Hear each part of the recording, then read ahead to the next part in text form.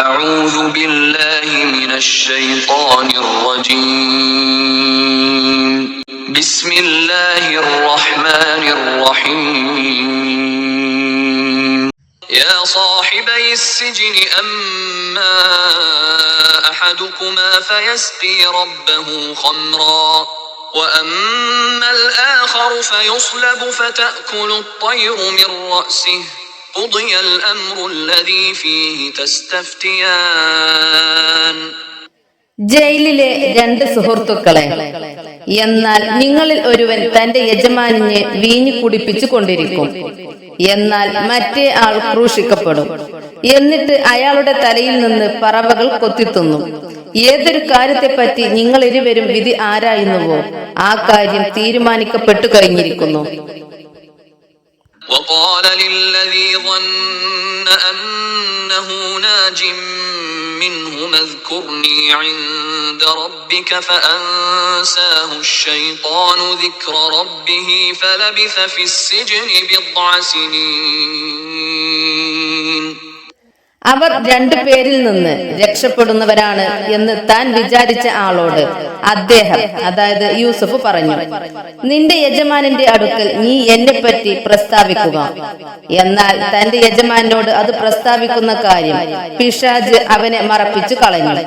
അങ്ങനെ ഏതാനും കൊല്ലങ്ങൾ അദ്ദേഹം, അതായത് യൂസുഫ്, ജയിലിൽ താമസിച്ചു.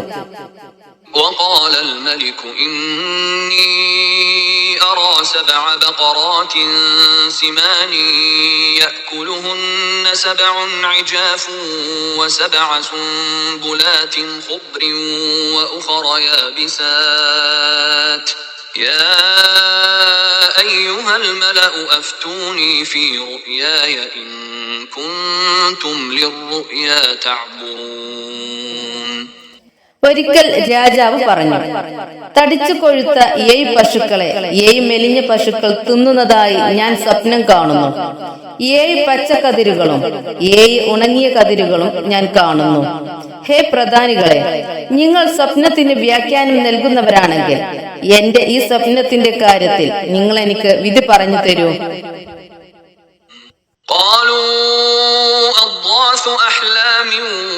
وما نحن بتأويل الأحلام بعالمين.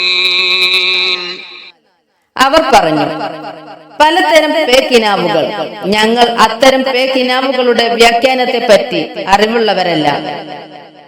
وقال الذي نجا منهما وادكر بعد أمة أنا أنبئكم بتأويله فأرسلون.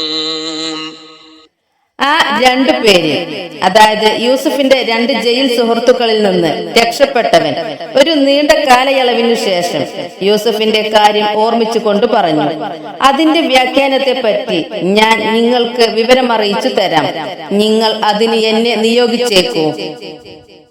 യൂസുഫ് അയ്യുഹ الصديق أفتنا في 7 بقرات سمان يأكلهن 7 عجاف و7 سنبلات خضر وأخر يابسات لعلي أرجع إلى الناس لعلهم يعلمون. അവൻ യൂസുഫിന്റെ അടുത്ത് ചെന്ന് പറഞ്ഞു, ഹേ സത്യസന്ധനായ യൂസുഫ്, തടിച്ചു കൊഴുത്ത 7 പശുക്കളെ 7 മെലിഞ്ഞ പശുക്കൾ തിന്നുന്ന കാര്യത്തിലും 7 പച്ചക്കതിരുകളുടെയും വേറെ 7 ഉണങ്ങിയ കതിരുകളുടെയും കാര്യത്തിലും താങ്കൾ ഞങ്ങൾക്ക് വിധി പറഞ്ഞു തരണം. ജനങ്ങൾ അറിയുവാനായി ആ വിവരവും കൊണ്ട് എനിക്ക് അവരുടെ അടുത്തേക്ക് മടങ്ങാമല്ലോ. قال تزرعون 7 سنين دأبا فما حصدتم فذروه في سنبله إلا قليلا مما تأكلون. അദ്ദേഹം, അതായത് യൂസുഫ് പറഞ്ഞു, നിങ്ങൾ 7 കൊല്ലം തുടർച്ചയായി കൃഷി ചെയ്യുന്നതാണ്. എന്നിട്ട് നിങ്ങൾ കൊയ്തെടുത്തതിൽ നിന്ന് നിങ്ങൾക്ക് ഭക്ഷിക്കുവാൻ അല്പം ഒഴിച്ച് ബാക്കി അതിന്റെ കതിരിൽ തന്നെ വിട്ടേക്കുക. ثم يأتي من بعد ذلك 7 شداد يأكلن ما قدمتم لهن إلا قليلا مما تحصنون. പിന്നീട് അതിനു ശേഷം പ്രയാസകരമായ 7 വർഷം വരും. ആ വർഷങ്ങൾ അന്നേക്കായി നിങ്ങൾ മുൻകൂട്ടി സൂക്ഷിച്ചു വെച്ചിട്ടുള്ളതിനെയെല്ലാം തിന്നു തീർക്കുന്നതാണ്, നിങ്ങൾ കാത്തുവെക്കുന്നതിൽ നിന്ന് അല്പം ഒഴികെ. ثم يأتي من بعد ذلك عام فيه يغاث الناس وفيه يعصرون. പിന്നീട് അതിനു ശേഷം 1 വർഷം വരും. അന്ന് ജനങ്ങൾക്ക് സമൃദ്ധി നൽകപ്പെടുകയും അന്ന് അവർ, അതായത് വീഞ്ഞും മറ്റും പീഞ്ഞെടുക്കുകയും ചെയ്യും. وقال الملك ائتوني به فلما جاءه الرسول قال ارجع إلى ربك فاسأله ما بال النسوة اللاتي قطعن أيديهن إن ربي بكيدهن عليم. രാജാവ് പറഞ്ഞു, നിങ്ങൾ യൂസുഫിനെ എന്റെ അടുത്ത് കൊണ്ടുവരൂ. അങ്ങനെ തന്റെ അടുത്ത് ദൂതൻ വന്നപ്പോൾ അദ്ദേഹം, അതായത് യൂസുഫ് പറഞ്ഞു, നീ നിന്റെ യജമാനന്റെ അടുത്തേക്ക് തിരിച്ചു പോയിട്ട് സ്വന്തം കൈകൾ മുറിപ്പെടുത്തിയ ആ സ്ത്രീകളുടെ നിലപാടെന്താണെന്ന് അദ്ദേഹത്തോട് ചോദിച്ചു നോക്കുക. തീർച്ചയായും എന്റെ രക്ഷിതാവ് അവരുടെ തന്ത്രത്തെ പറ്റി നന്നായി അറിയുന്നവനാകുന്നു. قال ما خطبكن إذ راوتن يوسف عن نفسه قلن حاش لله ما علمنا عليه من سوء قالت امرأة العزيز الآن حصحص الحق أنا راودته عن نفسه وإنه لمن الصادقين. ആ സ്ത്രീകളെ വിളിച്ചു വരുത്തിയിട്ട് അദ്ദേഹം, അതായത് രാജാവ് ചോദിച്ചു, യൂസുഫിനെ വശീകരിക്കുവാൻ നിങ്ങൾ ശ്രമം നടത്തിയപ്പോൾ നിങ്ങളുടെ സ്ഥിതി എന്തായിരുന്നു? അവർ പറഞ്ഞു, അല്ലാഹു എത്ര പരിശുദ്ധൻ, ഞങ്ങൾ യൂസുഫിനെ പറ്റി ദോഷകരമായ ഒന്നും മനസ്സിലാക്കിയിട്ടില്ല. പ്രഭുവിന്റെ ഭാര്യ പറഞ്ഞു, ഇപ്പോൾ സത്യം വെളിപ്പെട്ടിരിക്കുന്നു. ഞാൻ അദ്ദേഹത്തെ വശീകരിക്കുവാൻ ശ്രമിക്കുകയാണുണ്ടായത്. തീർച്ചയായും അദ്ദേഹം സത്യവന്മാരുടെ കൂട്ടത്തിൽ തന്നെയാകുന്നു. ذلك ليعلم أني لم أخنه بالغيب وأن الله لا يهدي كيد الخائنين. അത് ഞാൻ എങ്ങനെ പറയുന്നത് അദ്ദേഹത്തിന്റെ അസാന്നിധ്യത്തിൽ ഞാൻ അദ്ദേഹത്തെ വഞ്ചിച്ചിട്ടില്ലെന്ന് അദ്ദേഹം അറിയുന്നതിന് വേണ്ടിയാകുന്നു. വഞ്ചകന്മാരുടെ തന്ത്രത്തെ അല്ലാഹു ലക്ഷ്യത്തിലെത്തിക്കുകയില്ല എന്നതിനാലാകുന്നു.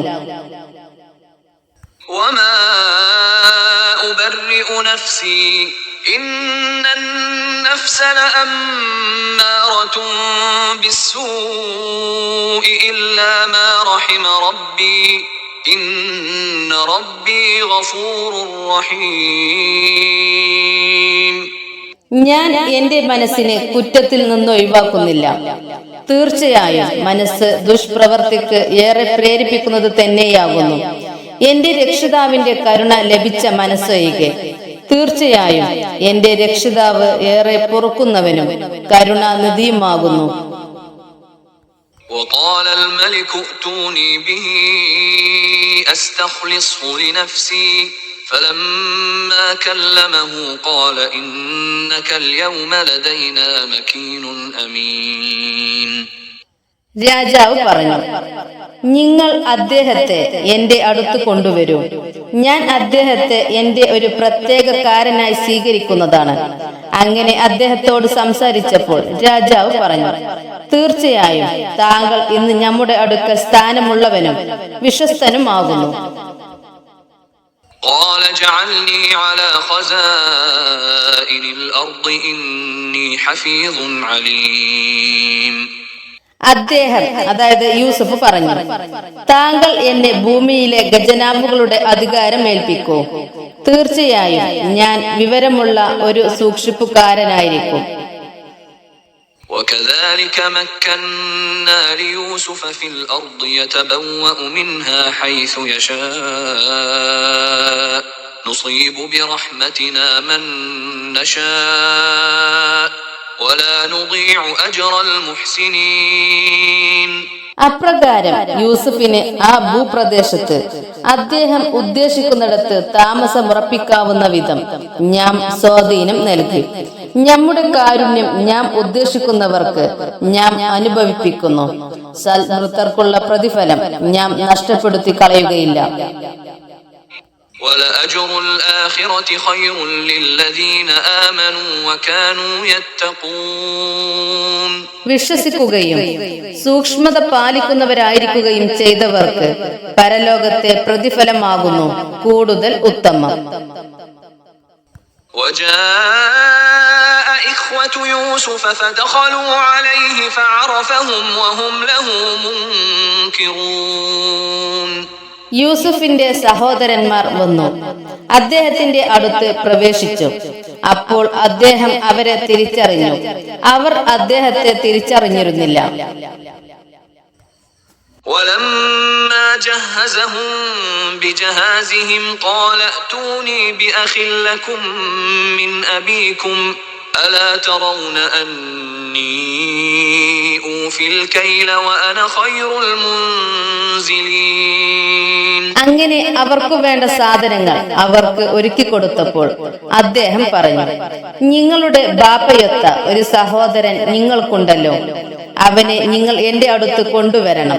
ഞാൻ അളവ് തികച്ചു തരുന്നുവെന്നും ഏറ്റവും നല്ല ആതിഥ്യമാണ് ഞാൻ നൽകുന്നത് എന്നും നിങ്ങൾ കാണുന്നില്ലേ? فَإِن لَّمْ تَأْتُونِي بِهِ فَلَا كَيْلَ لَكُمْ عِندِي وَلَا تَقْرَبُونَ.